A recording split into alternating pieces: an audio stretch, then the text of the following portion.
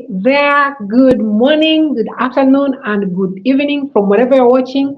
I'm your host, Celesta Mary _RN, and today I'm so glad to be with you. I'm so glad to provide the knowledge that I have and to share with you. And I am so happy for those of you who have liked, who have shared, and who have commented also and subscribed to my channel, Celesta Mary _RN. I really appreciate your comments, your beautiful comments. I really appreciate that people are learning from all this. Please just hit back on the comment section if you have something that you want to comment more about. I know we have got different viewers. Some are also from health professionals like me. There could be something you want to add or chip in. You can always do so. Otherwise, I'm so happy to be with you. I'm so happy to be here. And today we continue with our series about vital signs. Remember, we started by learning about temperature. Then we went to pain. Actually, I jumped from temperature to pain, which is the fifth. There are 5 vital signs that are normally taken when you're in the hospital. But I decided to jump and back to pain because pain will affect this other rest of vital signs. Today, I want you to sit back, to stay tuned as we learn about pulses. They are called pulses or heart rate.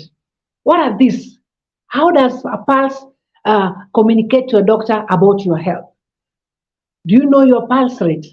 What does it mean? So I want you to stay tuned as we continue to learn about vital signs because they're important, because your health is your priority and your health matters because your health is your wealth and you need to take good care of it.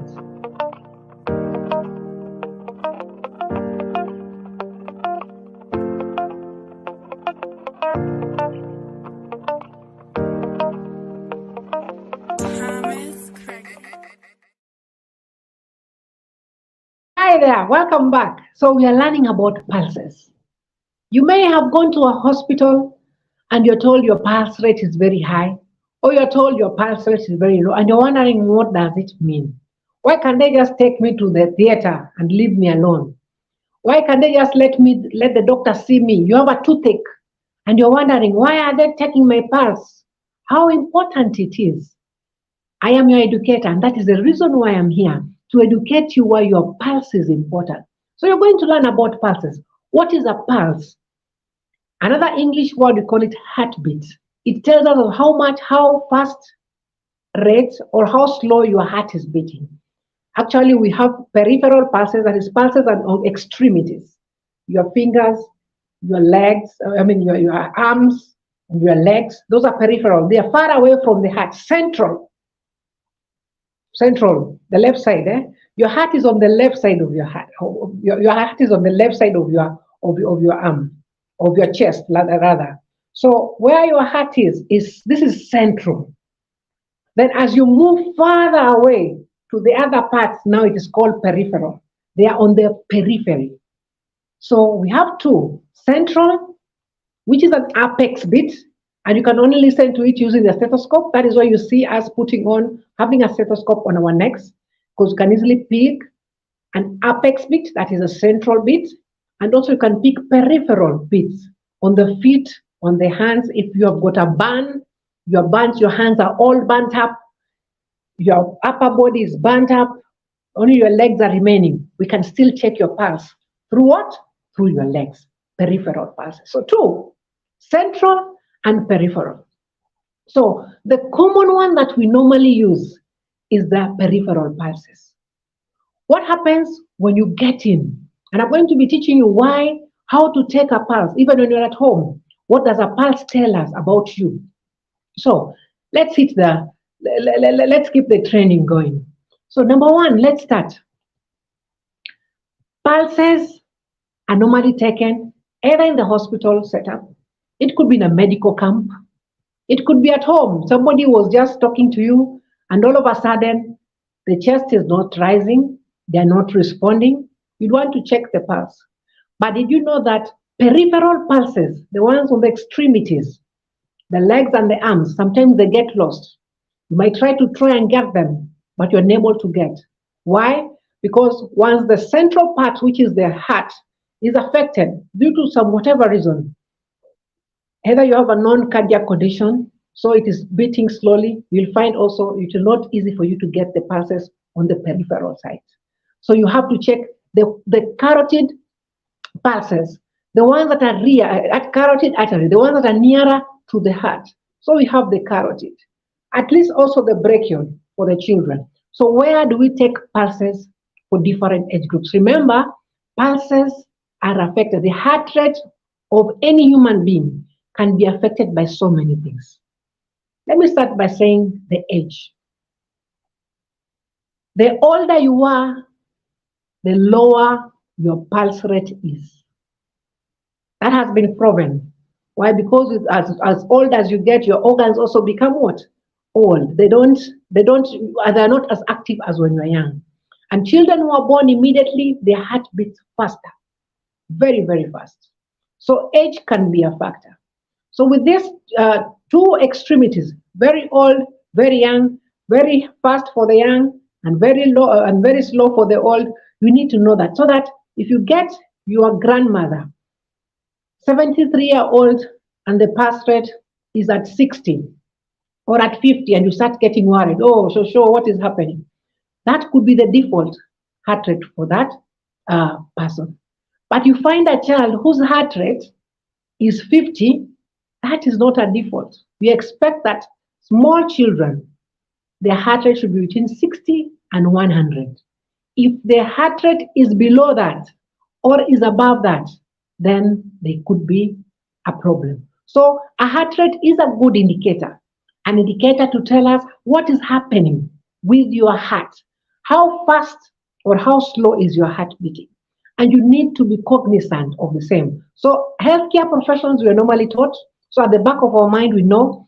That is why when you go to the hospital, you ask about your age. You wonder, the doctor asks you about your age. The nurse is asking you about your age. The physiotherapist is asking you about your age. Everybody is asking you, and you're wondering, why my age? Because age has a factor. It affects so many things. Your age can easily help us to put you in a certain bracket and not in another bracket. So heart rate is very important. So I said, you come to the hospital and they want to take your heart rate. How do you take the heart rate of a patient? I told you we have central, where you can use the stethoscope, put it on your ears, especially the central or the apex beat. We take it for children or neonates.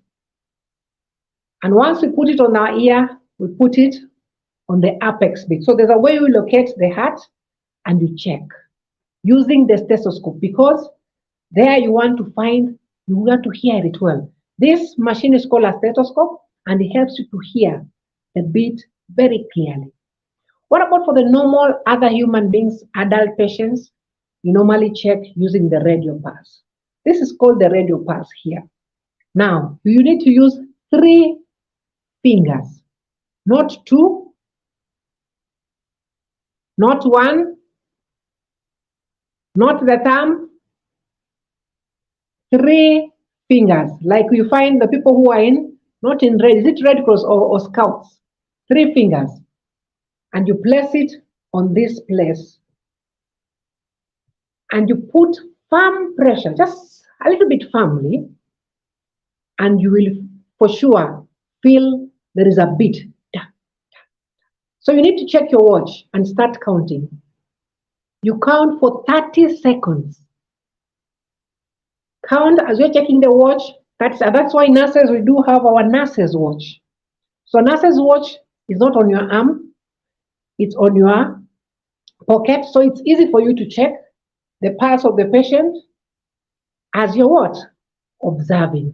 You're counting 1, 2. As you just, if it's regular, if it goes on every time it is going at the same beat, know that is regular. There's nowhere where it is stopping. After 30 seconds, just multiply by 2. But if you start taking a pulse, the first time you're taking it, you can hear it. Then sometimes it is not coming. Then again, it is disappearing. You need to take for 1 full minute. I want to repeat that again.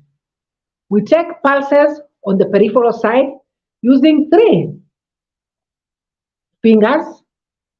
Put it here and you will feel a pulse. Using your watch, check the beats. Listen to the beats because the pulses are there. You listen. If it's regular, it comes on at a very regular interval. You can hear it every other time. Check for 30 seconds, multiply by 2. But if you put your hand, you hear the beat. The next time you're not hearing, then you hear it happening twice, and then it disappears. You need to check for 1 full minute. All pulses should be checked within 1 minute. Regular cases, you just need to check for 30 seconds and you'll have a rhythm already. A rhythm telling you this is okay. Pulses. You put your finger, you realize this one is regular, it is happening every other time. You know that is the rate. 30, after 30 seconds, multiply by 2, you get your value.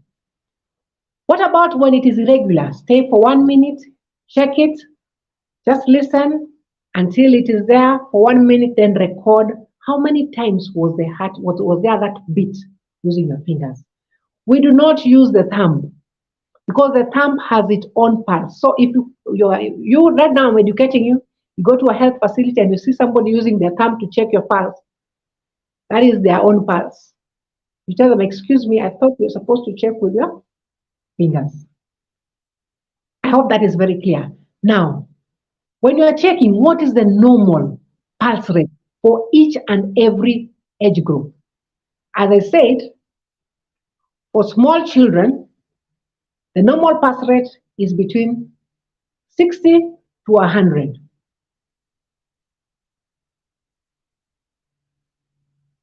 Neonates, the ones who are newly born, it goes up to between 100 to 160.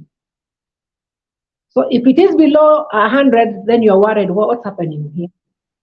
But for you and me who are adults, 60 to 100 is okay. For athletes, people who are athletic, you have the Kipchoge Keino, we have our female runner. When you check their pulse, it might be 40, 45. You should not be rushing and calling in for a doctor to come and intervene because their heart is so much used to pumping once and circulating to the rest of the body, pumps again, and blood circulates to the rest of the body. Their heartbeat is a bit lower because they are asleep. That is why you in the hospital will be asked, what is your career? What do you do for a living? So don't get mad. Why are they keep on? Why do they want to know my affairs? No, nobody is interested in knowing whether you are running or is interested to know whether you are farming or you're working or whatever. All we want to know, we want to use that to help us, to give us information to find out how well you are doing. Your pulse rate. Very important indicator, but if not done well, can be a problem and can give us wrong information. I want you to stay tuned as we continue to listen and to learn about pulse rate. Very, very important. So I want you to subscribe, to like, and to share as we continue to listen and to learn about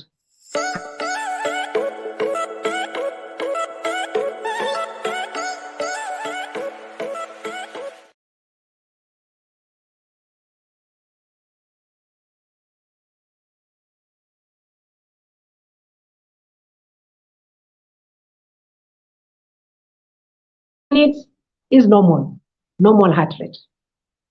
For athletes, 50 to 60 beats per minute is normal. For children that are aged 1 year to 10 years, about 60 to 140 is normal.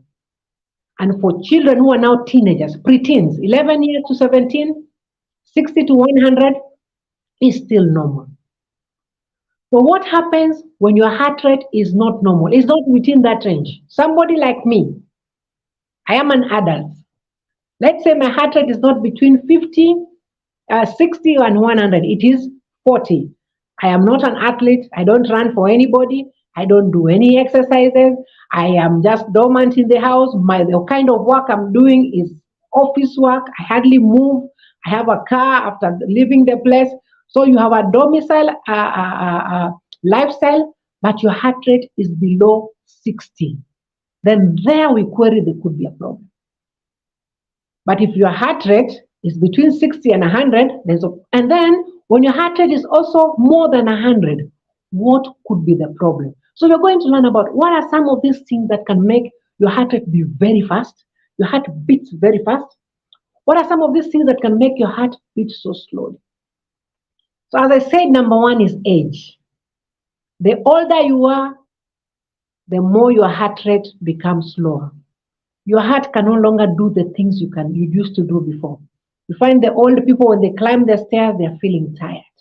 The heart muscle, because of age, because everything in our body starts going on a downhill as we age. That is why you find your eyes have issues.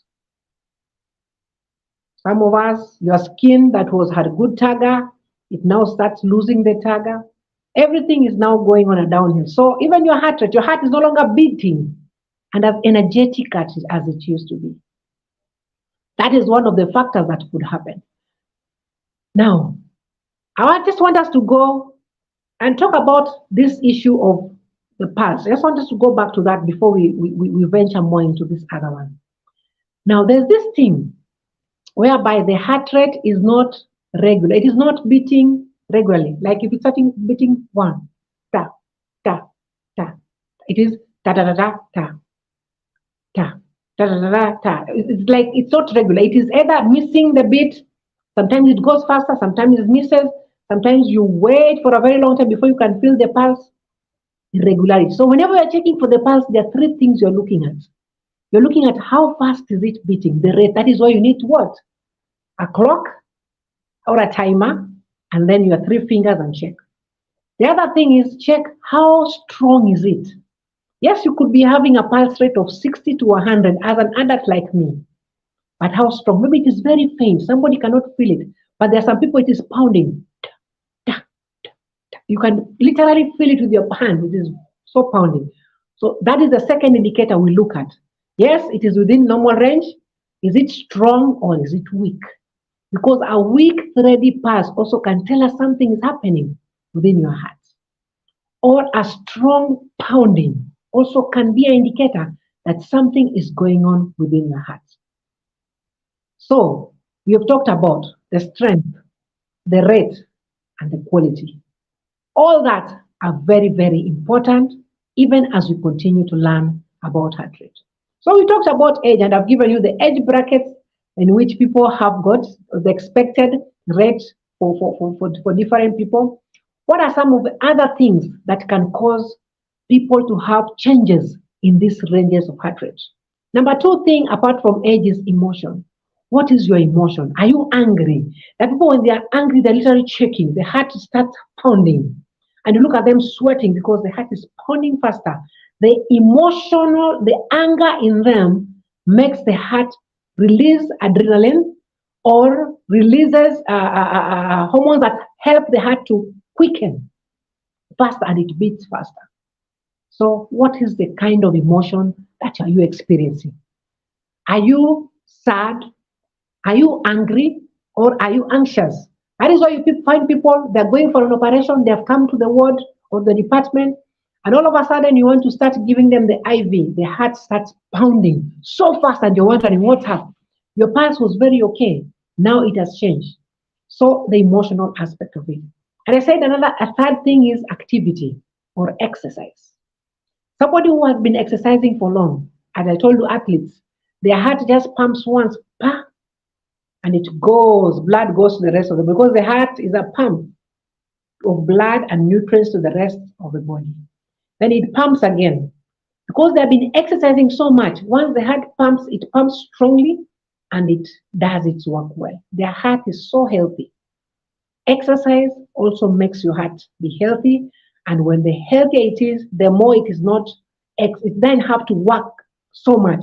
You just pump the correct way and distribute the nutrients and blood that you so require to the rest of the parts of your body. Another fourth thing is your posture.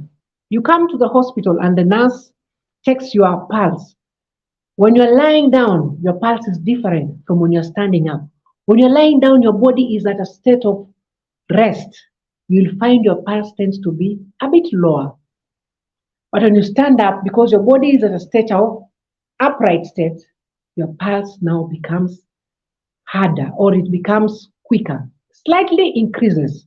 And you can do that while standing and while seated or while sleeping. Your heart rate can change. So all factors should be considered. When you're taking a pulse of a patient, just check, am I taking it while they're standing? So if it's slightly high, you just say, okay, this is just like because they're standing. Or did they just come into the department and you started taking their pulse? Maybe they are rushing. You find that in the time of Mandamano, somebody has been rushing away from a tear gas. And as they approach you, you want to check their pulse. It will be so high. You might be tempted to intervene things that are not supposed to be. You just need them to sit down, calm down. And that is why you find most of the nurses, when a patient comes, before they take all the vital signs, they start asking you questions.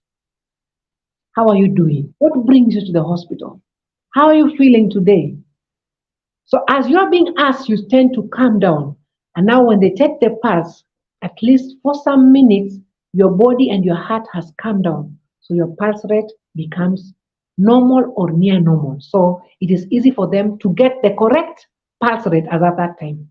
Because as I tell you, other things could be also a factor. So the other thing that also affects the heart rate is fever. I told you the first vital sign we were checking was temperature. If you have a high fever, your pulse rate will go up. So if a patient comes with a temperature of 39 and their pulse rate is, with an adult, is above 120, you want to take care of the fever first before you take care of the heart rate. Fever can increase the heart rate. Cold or hypothermia, when the fever is very low, also can reduce the heart rate slightly. What about the blood pressure?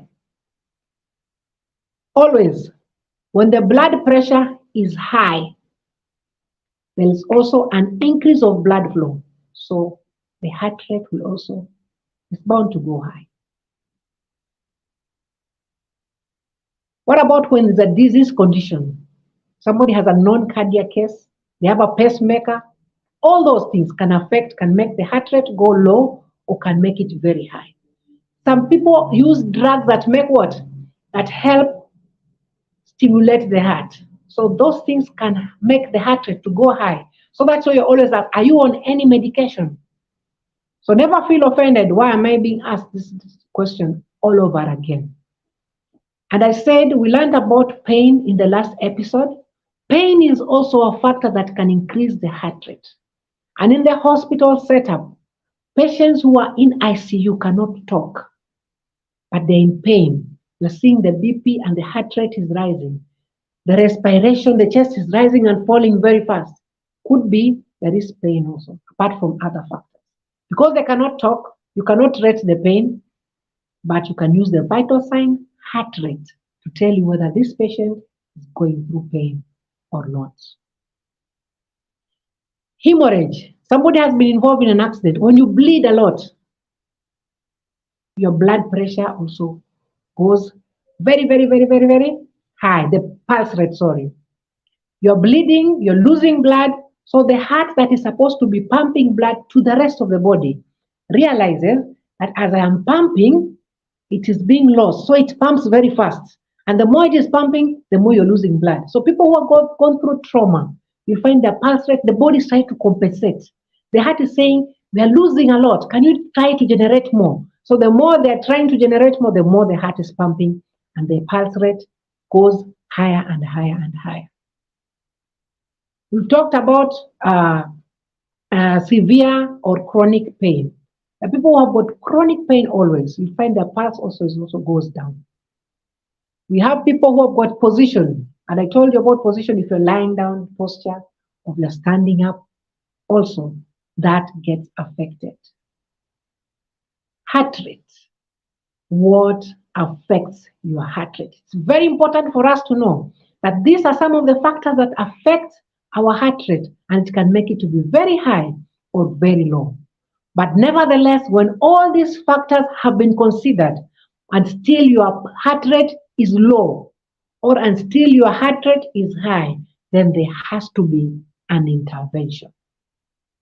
I want you to stay tuned as we continue to learn about this vital sign that looks so simple but can tell us so much about your disease process or your body as a human being. because your health is your priority. Your health is your wealth, and you need to know how your heart is functioning. Stay tuned, subscribe, like, share.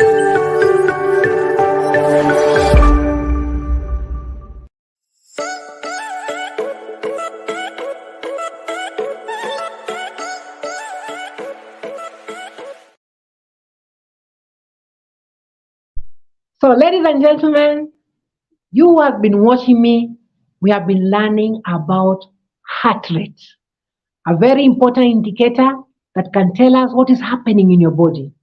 And we have learned that heart rate can be high or it can be low. We have also learned that the heart rate can be affected by different things. We've talked about the age that an adult normal heart rate is 60 to 100. But you'll find an adult who has got whose heart rate is 60 to 100, but you find an older person whose heart rate is cannot range, because the older you are, sometimes the less the values are, unless there's a disease process that is going on in your body. We've also learned that children also, or newborns, their heart rate is very high because they are small. Their surface area to body ratio, the heart requires more. They need to pump blood to the rest of the body. So their heart rate is faster than this person who is much older, whose system is slowing down. We've also learned that there are places that you can check the heart rate. Of an adult, we use radial pulse here. And we said we use what? 3 fingers, not 2, not 1, not the thumb. But we use the 3 fingers. You press firmly on this side. For children, for easy accessibility, you can use, I don't know if you can see the elbow here. This is called the brachial pulse. For infants, it is easy for you to check for a child. Here, the pulse, it is easy for you to locate because most of the time, the pulses, some are chubby or you cannot easily get. So the further you are away, the harder it is. And for even small children, the infants, you find us using the stethoscope to check the apex, but to really know, because the heart is on the left side of your chest. When all the other pulses have collapsed, there is one pulse that we use when especially you find a patient is lying down, not responding, you're trying to call them, hey, hey, hey, are you okay? They're not responding. There is a pulse called the carotid pulse. And this one we check here on the trachea. Then you move 2 fingers below. It is much nearer to the heart. So it is very easy to get it. It is thicker than these other veins. These arteries are smaller, but here it is. The carotid artery is larger. Here, these arteries are very tiny, so you can easily miss out, especially when you're in shock. So the nearer the heart, the better. So carotid is nearer to the heart, so you can easily not miss it. Pulses. It is very important because the pulse tells us the condition of your heart. Tell us how well your heart is pumping. And I also say that you shouldn't get worried if you're an athlete. If your heart is pumping at 40 or 50 to 60 beats per minute, then you shouldn't be worried. Because athletes, because their heart is so used to, is very healthy, and because they are athletes, they have been running around, their heart pumps once and goes to the rest of the body, then their heart is much healthy and the pulse rate is much lower. Doesn't mean they're sick, just because they're athletes, they run and the heart is very healthy. It has gotten used to that environment because of their athletes. What happens when there is no heart rate? When there's no heart rate, even the machine will show a straight line. Means there's no cardiac activity. There's no heart activity in your body. And at that area, we normally start to do chest compressions. We start pumping your heart manually with our hands. And you can see that in resuscitation, whereby we see this patient does not have a heart rate. We have checked all the central pulses. We've used the stethoscope, no heart rate. We start pumping the heart by our own hands. And we make sure you compress the heart, and there's a technique used. That one you cannot demonstrate here. That one you have to be taught as a healthcare worker. You have to know in a healthcare system. So if you get a patient in a healthcare, in a non-healthcare area, they were looking at you, responsive, but all of a sudden they're no longer responding, then you need to rush them to the nearest hospital so that they can be taken care of. You cannot take care of an unresponsive patient who has no pulse, radio pulse, has no carotid pulse, and you're there with them in the house. You need to rush them, get an ambulance. And I always say to be safe, have at least one number of an ambulance in your neighborhood. Know a neighbor who is a nurse, know a neighbor who is a doctor. They can easily assist you. Get an ambulance, go to the hospital and get checked. Because anything that is below normal or above normal is a risk. Thank you very much, all of you, for listening to me. I was your host, Celessa Mary _Aren, and you have been learning about pulses because pulses are important. Always give the nurse and the doctor the best correct information so that they can assist you and they can intervene appropriately when the help is required. Keep on watching, share my channel, like. I want you to comment and let me get your comments whether you're really enjoying what else we should teach. But we are on a series of teaching about vital signs because they are as vital as they are. Thank you all, and I want to say have a good night, good morning, and good afternoon from wherever you're watching. And thank you for the support that you're giving me. God bless you and have a good night. Ciao.